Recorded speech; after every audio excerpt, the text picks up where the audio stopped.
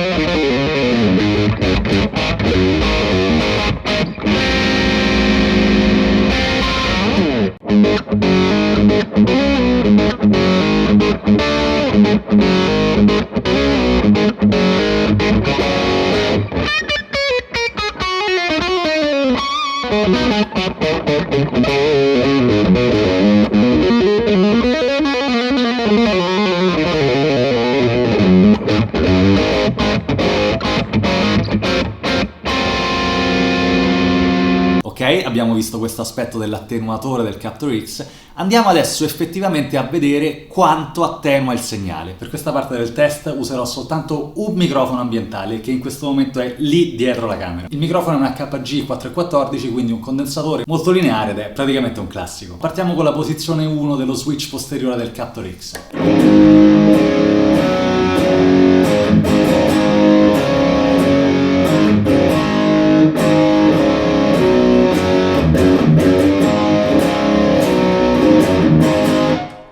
Praticamente non sta attenuando, diciamo che è un volume adatto per divertirsi, suonare, esercitarsi, anche fare lezione. Parliamo comunque di un volume da appartamento, un volume casalingo, non è una roba da stadio questa qui. È un po' più forte della mia voce in questo momento. Diciamo che più o meno può essere il volume di una conversazione a voce sostenuta.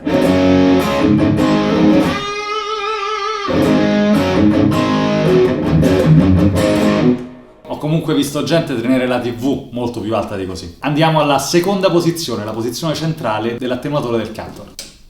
Ok, non ho ancora smosso il master. Posizione centrale dell'attenuatore.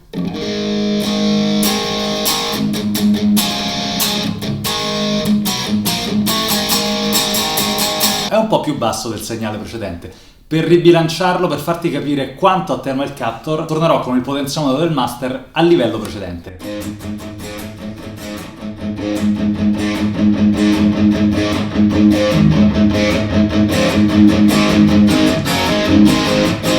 Più o meno era questo qui. In questo momento il master della testata è a 3.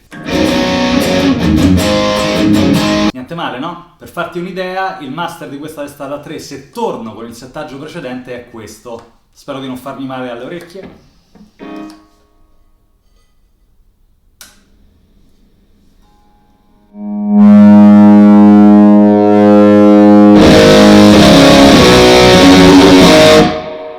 Non si può fare.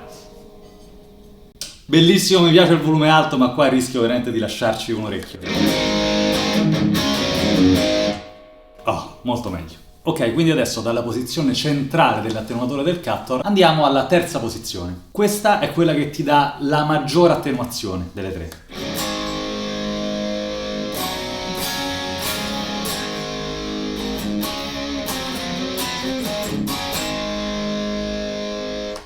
Ok? Come senti, il master a 3 di prima è un po' più basso ed è giusto. Comunque sono sempre a 3 con il master e adesso il volume è nettamente più basso del volume della mia voce.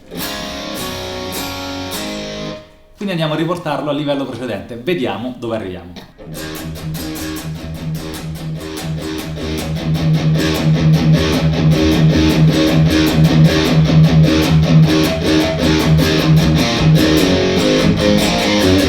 Più o meno è questo qui, il master in questo momento è a 8, praticamente è quasi al massimo.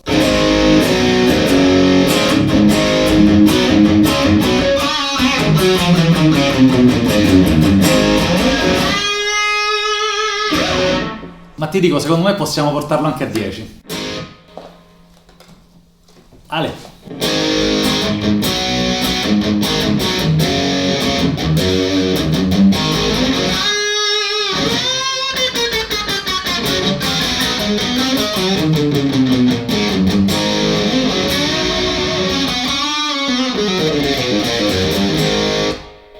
Notevolissimo, in questo momento io sto suonando con un amplivalvolare a 10. Fantastico. Chiaramente avrei notato che alzando il livello del master, per il suono è un po' cambiato dal suono iniziale. È chiaro che siamo partiti con la testata a 1 di volume. 1 è praticamente poco più che spenta, diciamo così. Quindi è chiaro che il suono reale dell'ampli non sta venendo fuori in quel caso. Quello è un suono giusto, buono per suonare in casa, per esercitarsi, per fare lezioni. È chiaro che se vogliamo sfruttare un ampli a pieno regime sul palco o in studio, va assolutamente tirato per il collo, se vuoi che suoni al 100%. Quindi è chiaro che se sei abituato ad ascoltare un ampli valvolare a 1, quando lo porti a 9, a 10, ti sembra diverso, ti risponde diversamente sotto le dita, ma c'è un motivo. È giusto che sia così, è ovvio che sia così, perché la risposta in frequenza dell'ampli con l'aumentare del livello del master sta cambiando. Nel caso di questa angle io sento gli estremi di banda che sono saliti. Più presenza, più attacco e più low end. Come appena visto, la potenza di attenuazione è notevolissima e per quello che penso io, per l'utilizzo che ne potrei fare, questi 3 settaggi del mini switch posteriore coprono ogni esigenza in ogni situazione. Devo dirti la verità, ho sentito e ho letto in rete qua e là più di una lamentela sul fatto che l'attenuazione non avviene tramite un potenziometro, quindi dove non puoi effettivamente regolarla come ti pare. Qui hai soltanto 3 possibilità. Però posso dirti questo, io personalmente non ho sentito la mancanza di un potenziometro e devo aggiungere che questi 3 settaggi preimpostati sono stati progettati molto bene e con molto criterio. Ultima cosa che voglio dire in merito, e anzi se tu ne sai più di me ti invito a commentare questo video e a scambiarci feedback, magari imparo anche qualcosa. Quello che io so per le informazioni che ho trovato documentandomi è questo, cioè che gli attenuatori con delle funzioni preimpostate sono più rispettosi del segnale, mentre quelli con un potenziometro tendono a mangiarsi il segnale. Effettivamente questo combacia con la mia esperienza personale, ma io sono un chitarrista e non sono un ingegnere, quindi se ne sai più di me o se hai informazioni interessanti su questo argomento